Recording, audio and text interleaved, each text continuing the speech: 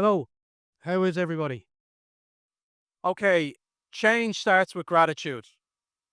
Any sort of change that you approach, it starts with gratitude. What I mean by that, I'm grateful for you for making the effort to come out here today, to put yourself out there, to basically try. I have sat where you sat today. I've been hopeful, thinking, what can I do? What am I able for? Where do I start? Full of questions. So I am grateful and I admire you for making the effort to come out here today. So what I'm going to talk to you about today, I'm a career advisor, as Trishana said. Thank you, Trishana. And I have delivered career advice across all stages of a person's life and career. So really what I'm going to talk to you about today is what has changed and what hasn't changed in job seeking and in the world of work. Part of what I would encourage you to do today, I'm going to talk to you about a 30-second message of clarity. When you walk around to employers today and when you connect with the career coaches, and also when you connect with hopefully employers, what I want you to be able to do is have 30 seconds where you can tell them, this is who I am, this is what I can do, this is what I'm able for, this is the knowledge that I have. What can you connect me with? That's your 30-second message. So, for you, I'll get out of the way. What I want you to do is pop your hands up. Do you agree?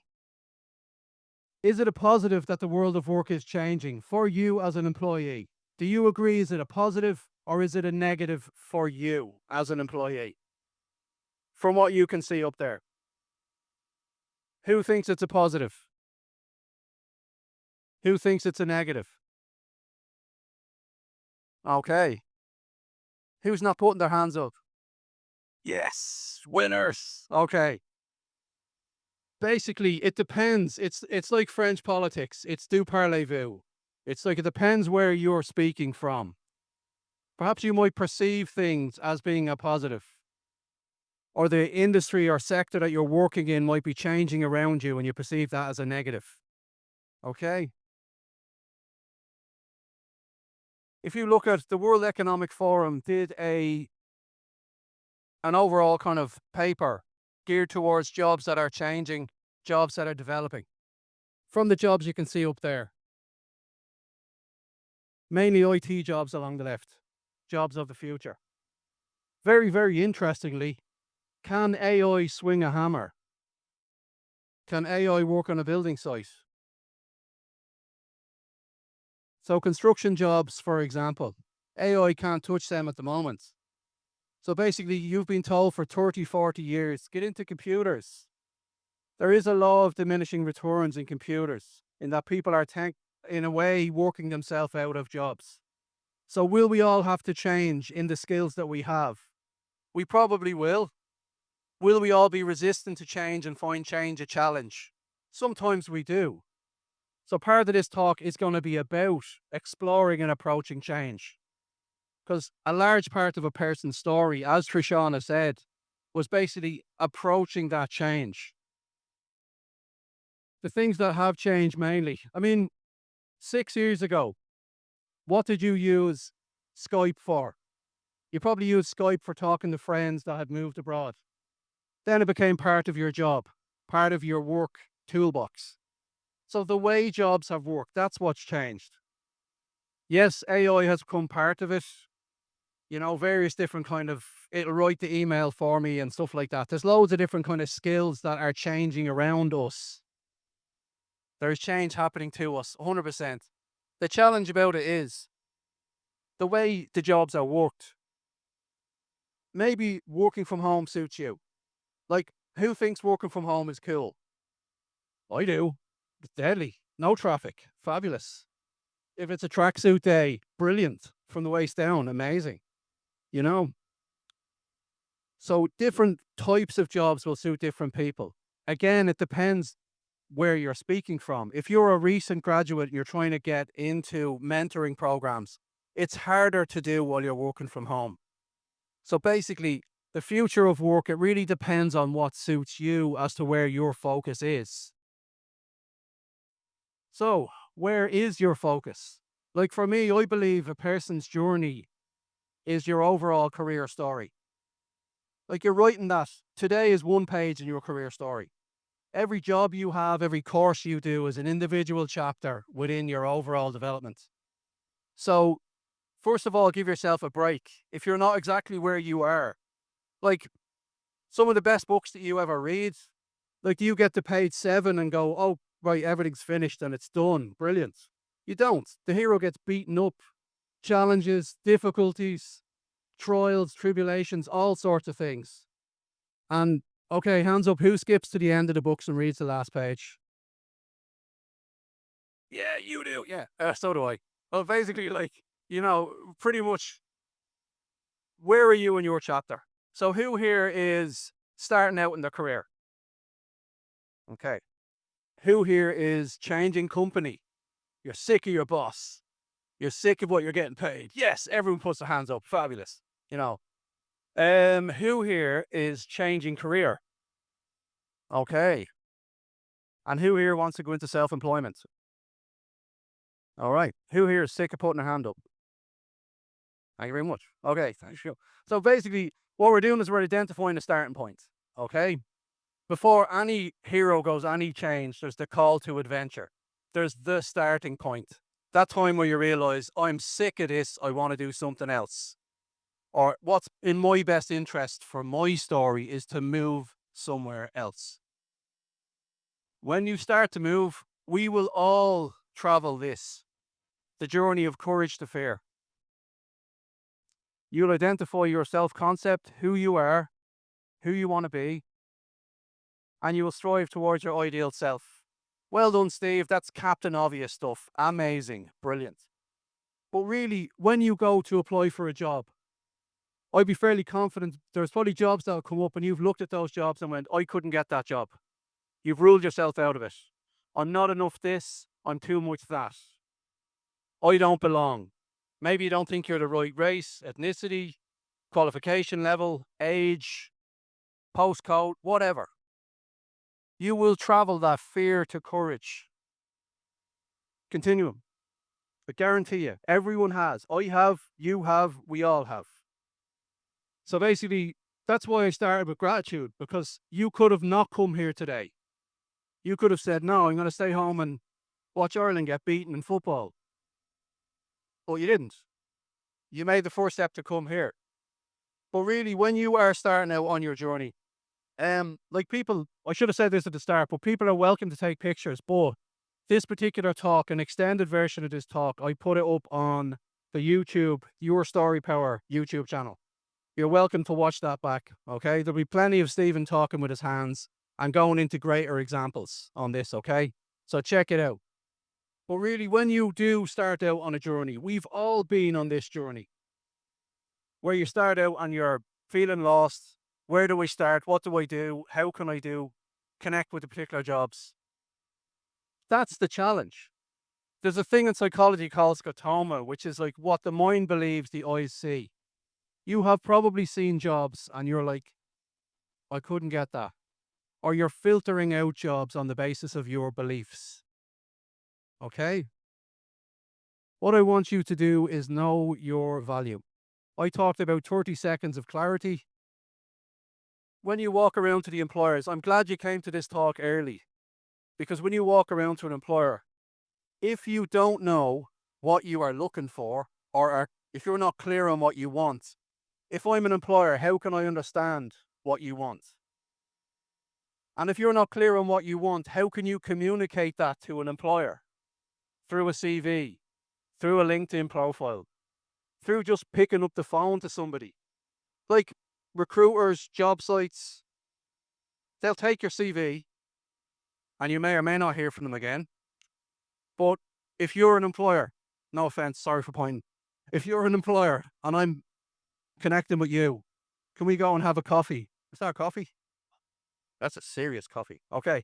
Basically, if I can connect with you, what I've done is I've got past everybody here, because everyone else is sitting here in the job site box. or the LinkedIn in-mail box. Whereas I've gone straight through and went, can we have a chat? Let me know about your industry, what you do. Okay? But I've been clear about what I bring. Maybe my stamp status, maybe my experience, maybe my knowledge, my skills, all of those different things. I've gone straight past everyone else who's sitting there waiting to the main man here with the proper coffee.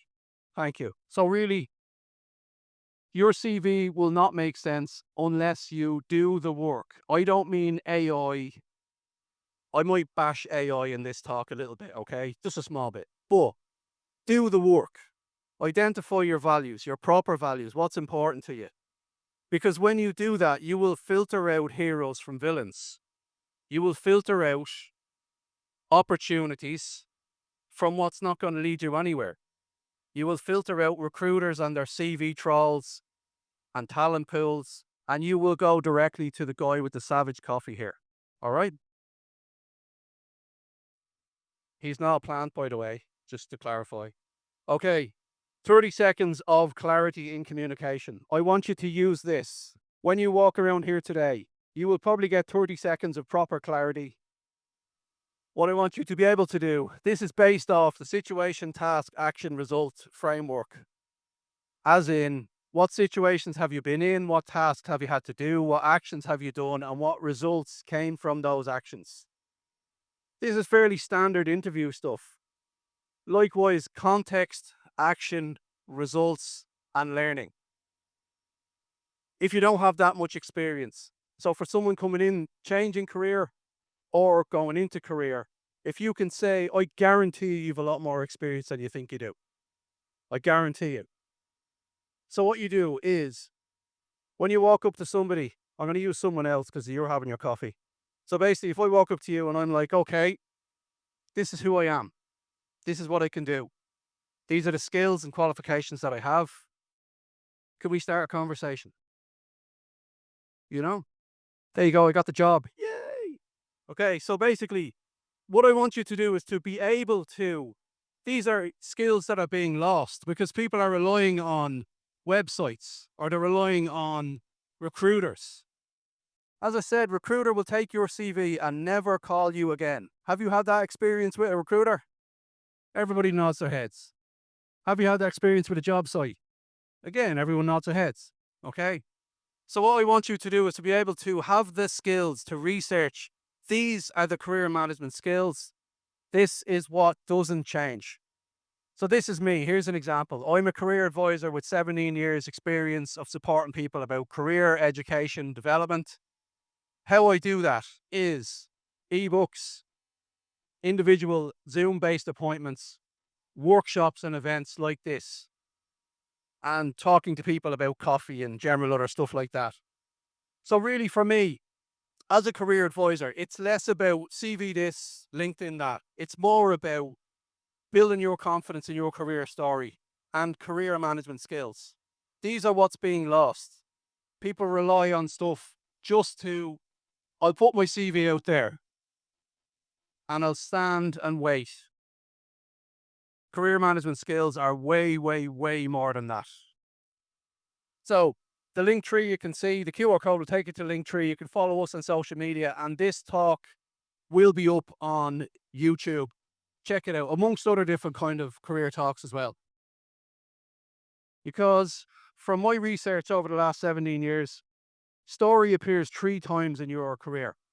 The stories you tell yourself, what you believe or don't believe about yourself, the stories that other people tell and sell you, what companies say, what recruiters say, what job sites say, what the media says about you, based on race, gender, age, ability, a range of different things.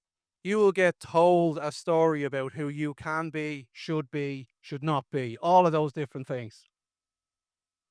The bit that people think career advice is about are the stories you tell others. CV, LinkedIn, interview, cover letter, explorative letter, networking, all of those different things. But people forget the first part. Before you ever believe that you can try, it's that moment where you stand in front of a mirror and say, I've got an interview today and I'm really nervous. It's like, who gets nervous at interviews here? Okay, pretty much have a full house. Yeah, it's one of those weird, it's like your driving test. It's a weird situation where you have to show what you know and tell a story, basically. So what I would like you to do is to get to a place where you can begin to reflect on the inner stories of what you're telling yourself. In the video, I go into this a lot more, but really, it's your self-talk that's going to push you back, keep you stuck. When you notice, if you're thinking interviews, I can't do them, I'm not good at them. Jobs, I can't do them, they're not for me, they're for someone else. They are the stories you're telling yourself. Identify it, challenge it, and begin to reframe it. Because if you're unaware of stuff, when you're sitting in an interview, you'll be asked a question and you will go completely off in a different direction. Steve is looking at me for the camera. I know, I'm doing okay. So basically, when you are at interview, the stories you tell yourself, you will psych yourself out of interviews. Think of it like just a conversation between two people. I have a whole video on interviews and how to prepare beforehand and be ready for them. Because really, employers, as much as they hire for skills, they hire for stories.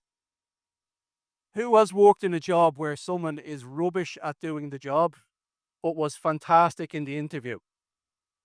Yeah. Some people are just great at interviews. They're great talkers. So basically, when it comes to doing the actual job, they don't have the chops. You might be fantastic at what you do. You're just not very good at telling your story at the moment. So therein lies the challenge. How do you develop that? So the last part of this, I suppose, is be aware of where recruiters, where job sites, where companies, where they influence you. And as well as that, the media, what the media says to you about you. Because ultimately what you're trying to do is the bottom line. Do you believe it? Do you accept it? The feedback that you get as a person, as a job seeker, whoever you are, wherever you're coming from or wherever you're at, do you believe that? Do you accept it? So recognize it first, then challenge it and reframe it. Really what we're looking for when we're looking for jobs is, at face value, all jobs will say they're amazing and shiny and cool. But really what you're looking for, I suppose, on the face of it, who is looking for a job based on salary? Pop your hands up. Yeah. We have one honest person among you. Okay, two. Thank you. Who is looking for a job based on the prestige of the company that you want to work for? The name of the company? Nobody. Good. Who is looking for a company on the basis of the things that you're actually going to be doing? Or the security of the job? Yeah. A lot more hands go up there. Some of the stuff that we work for, and this is kind of Shangri-La stuff here, is a manager who listens, supports us, values us as a resource. Do we always get that in a job? Sometimes we don't. But really, the ideal self that I was talking about is you're trying to create the best opportunity for yourself that you can. How you do that, I've loads of videos on this, from CV down to working culture. My example, the guy with the coffee, was the CV, get it right, get it ready, LinkedIn, get it right, get it ready, cover letter. A cover letter sent directly to an employer gets fully around waiting for employers and recruiters to get back to you. The bit that people don't do, they just have 2,000 connections on LinkedIn and that's networking. It isn't. There's a great talk later on how to optimize your LinkedIn profile, but that's only part of networking. Networking goes way, way further. You're doing networking right now. You're connecting with people, you're connecting with employers. You're eyeball to eyeball with them going, this is what I can do. What are you offering? Can I have a placement? Where do I start? What's the industry like? All of those different things. So people's least favorite thing is interviews. We've already talked about that, so everyone's getting the fear, so I won't go back into that. But All of these different things. These are career management skills, proper career management skills, not just dumping your CV into AI, expecting that to come out with the format that you need, to say what you need, to have the impact that you want it. AI will not tell your story well. You will. So fundamentally, with interviews, I couldn't resist putting an 80s movie reference in here. So see if you can spot it. It's the Back to the Future thing, isn't it? So basically, when you're in an interview, to keep calmer, there's such a thing as the Yerkes-Dodson curve of stress and performance. When you're in an interview, before you prepare, you're talking about the past, what you have done, can do, and where you did it. You're going to use, hopefully going forward, the 30 seconds of clarity. The present, you're going to say where you are now and what you want now. Always remember in interviews, you're interviewing the employer as much as they're interviewing you. The future. I always love this question, like, on the video, check it out and pop in the comments the most random interview question you've been asked. Sometimes it's like, if you were a fruit, what type of fruit would you be? And you're sitting there going, do you know what I mean? Or where do you see yourself in 5 years? But in interviews, how you take control of an interview, right? If you're asked a question, give me an example of when you delivered sales.